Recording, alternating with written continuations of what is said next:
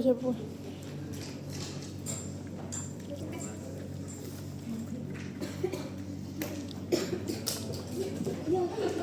Belum.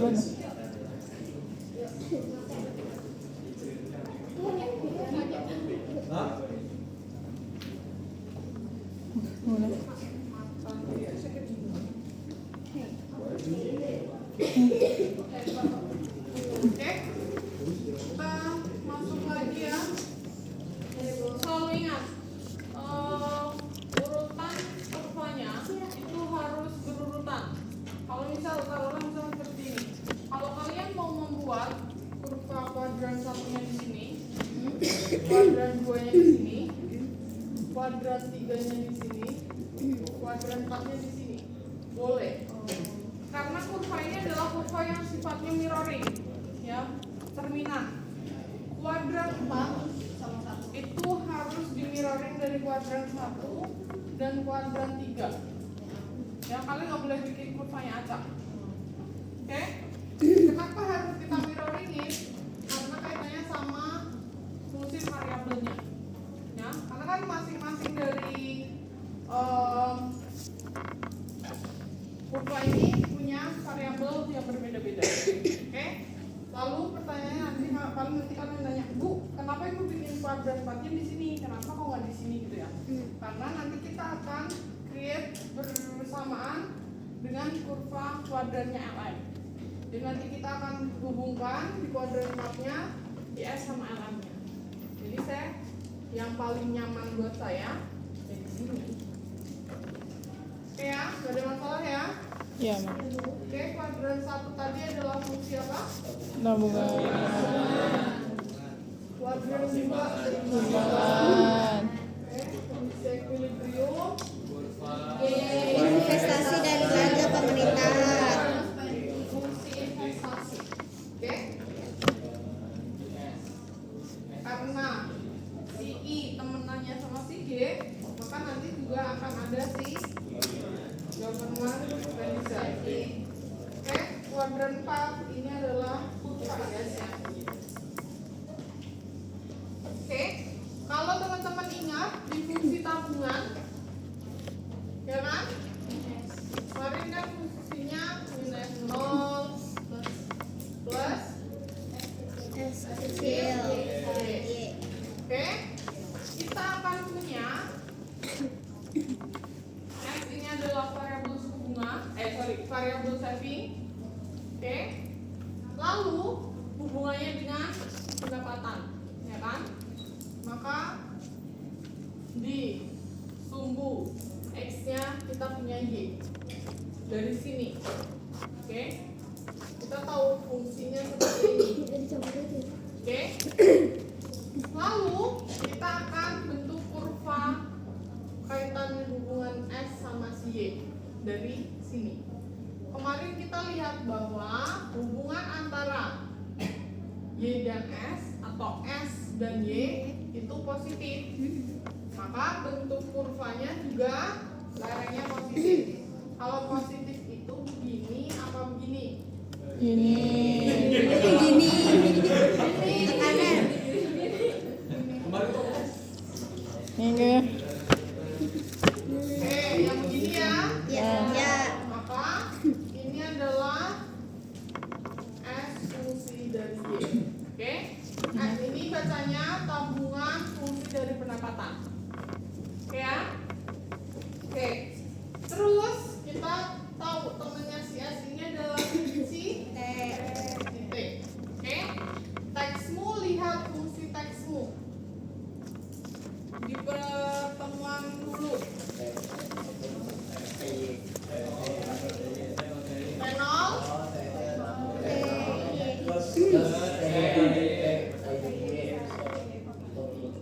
Ya kan? Ya. Dan kamu tahu hubungan antara Y dan T-nya juga Positif. maka benar dong seperti ini bentuknya. Ya. Oke ya. Maka ini adalah kurva S dan kurva T. Oke. Berangkatnya dari mana? Dari kerangka teori fungsi tabungan yang mana? Waktu dulu di sebelum UTS ini. Oke. Terus karena withdrawal injection, maka kita tahu bahwa temennya si S itu adalah si T. Kenapa sama si T? Oke, karena dalam perekonomian withdrawal kemarin apa? Kebocoran dalam circular flow ekonomi, ya kan? Iya. Waktu itu dari rumah tangga adalah pajak, Pajak, bentuknya iya. pajak.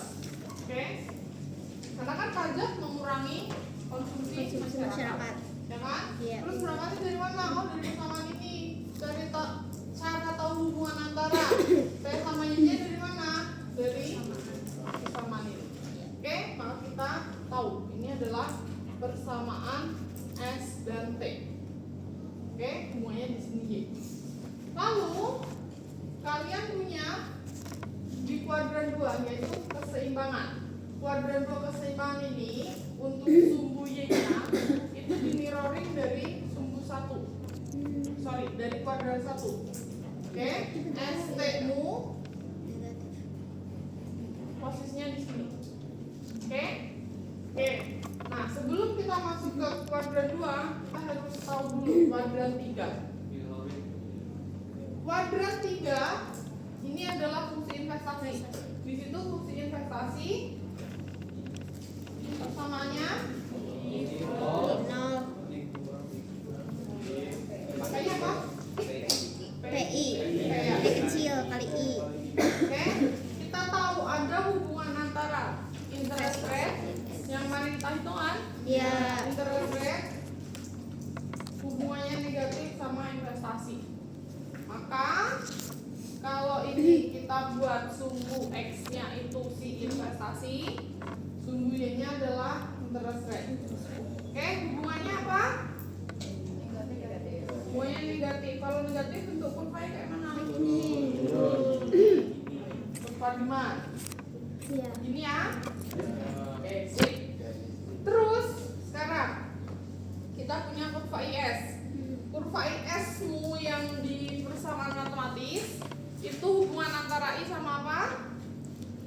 I sama I sama IS. LM. Sama Kurva IS doang. I sama S. Kurvamu. Kok iso S. Kurvamu mana kurva IS-mu? I sama Y. Y toh? Oke. Y-nya kita dapat dari kuadran 1. Kamu turunin ini variabel Y. I-nya dari mana? Dari kuadran 3. Mirroringin dapat di sini. Maka kamu dapat hubungan antara I sama Y yang menggambarkan keseimbangan di pasar barang maupun nanti di pasar uang. Sama-sama I sama Y kan? Oke. Sebelum lari ke sini, kita harus tahu dulu di kondisi equilibrium ini. Di kondisi equilibrium ini, kurva sumbu X-nya kamu mirroring dari sumbu X di kuadran 3. Oke, kamu tarik ke atas. Ini I. Temennya siapa sih si I? Y. Oke. Oke. Secara natural, ya karena kan di catatannya government itu nanti teman-teman akan tahu bahwa G itu sifatnya eksogen. Ya, Iya. memang benar G itu sifatnya eksogen. Tetapi pemerintah juga melihat tingkat suku bunga juga ketika mau membelanjakan sesuatu. Oke. Maka kita punya juga di sini bahwa I partnernya sama si G. Oke. Kita punya kuadran 1, kita punya kuadran 3. Sebelum kita menuju kuadran 4, kita harus tahu dulu si kuadran 2. Kuadran 2 ini adalah kuadran keseimbangan yang menunjukkan kondisi equal. Anggaplah ini 45 derajat. Ya, kalau ini 45 derajat, berarti kan ini sama. Kalau S-nya segini, maka I-nya juga segini. Iya. Sama. I segini, juga segini, proporsinya sama. Kalau T-nya segini, G-nya juga segini. Makna dari keseimbangan di sini itu. Oke, bisa dipahami ya? Oke, maka kita tahu ini adalah kurva ST seimbang dengan Y. Oke ya? Oke. Lalu cara meng-create kurva di kuadran 4 ini kita buat garis putus-putus karena ini pendekatan grafis. Ini pure pakai graphical analysis. Oke?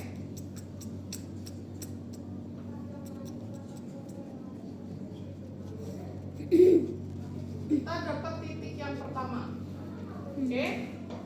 Lalu ambil di titik manapun kalian menuju kuadran 3, kuadran 1 dan kuadran 3 pertemuan di kuadran 4.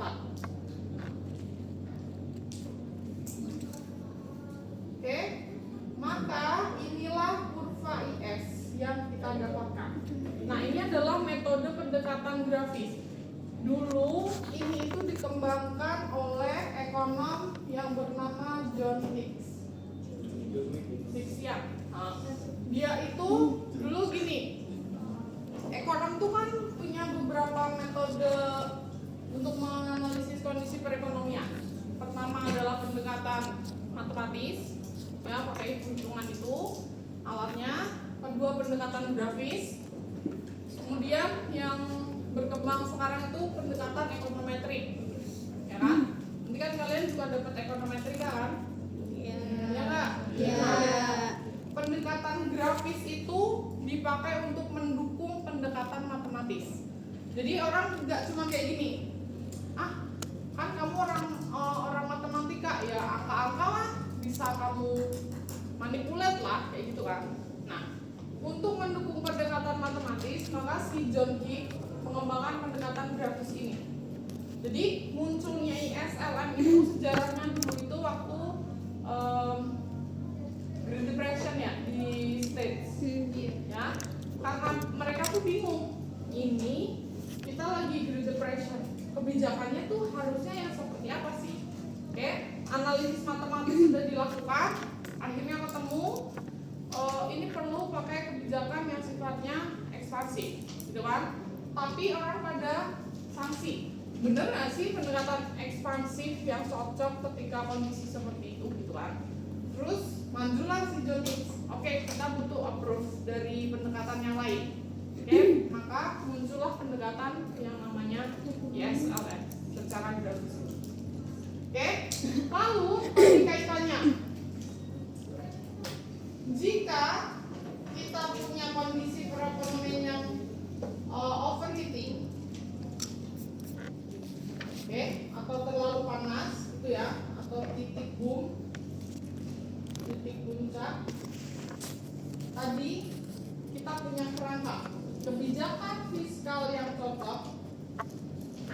Itu adalah kebijakan fiskal yang sifatnya kontraktif. Oke. Kondisi yang kedua, kita punya kondisi resesi, ya. Terendah ya, ya.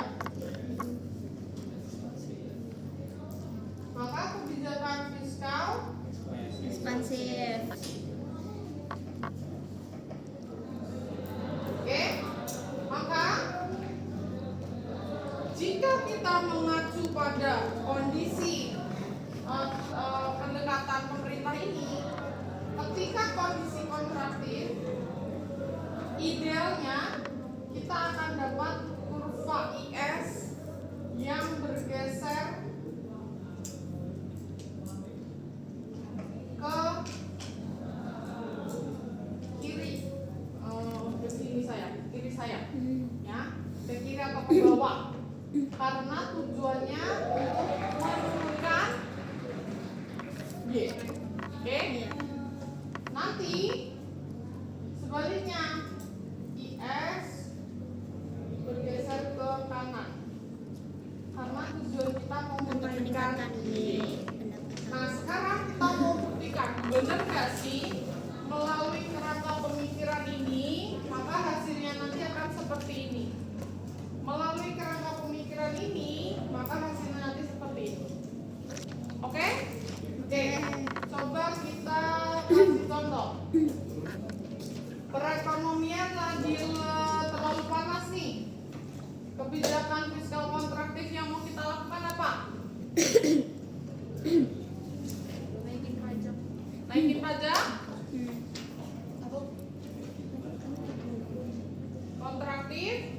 Jenis pajak? Tobu. Ya. Instrumen fiskal nggak ada tingkat suku bunga. Tingkat suku bunga itu hasil. Ya.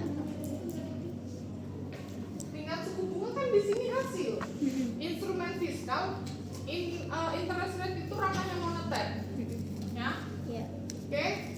Tapi interaksinya itu bisa dari kebijakan fiskal dan kebijakan moneter. Oke, kamu mau ngapain? Mau di kuadran 1 yang diotak-atik apa di kuadran 3? Contoh di sini. Satu. Lama banget pikirnya. Satu. Tiga. Satu tiga. Kuadran 3. Ya. Kalau kontraktif apa yang mau dieksekusi? Berarti tiga itu Hmm. iya. Interest Yang ya kuadran kayaknya. 3 mau ngapain? Interest bunganya. Interest rate. Oke, anggaplah kita mau menurunkan government expenditure gitu ya. Oke, menurunkan government spending karena ini kurvanya I sama G, maka konsekuensinya adalah kurva IG-nya turun apa naik? Turun, karena kita mau menurunkan. Ada yang bawa spidol warna? Ada? Oke, kita punya 3 aksen. Oke, kita lihat nanti hasilnya di kurva IS. Nunggu. Oke, kamu punya ide yang baru.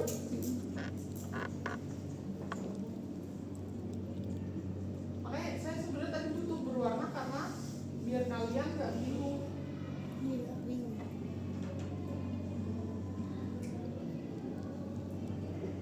Oke, dapat 1 di sini. Oke, lalu kamu punya ide baru lagi.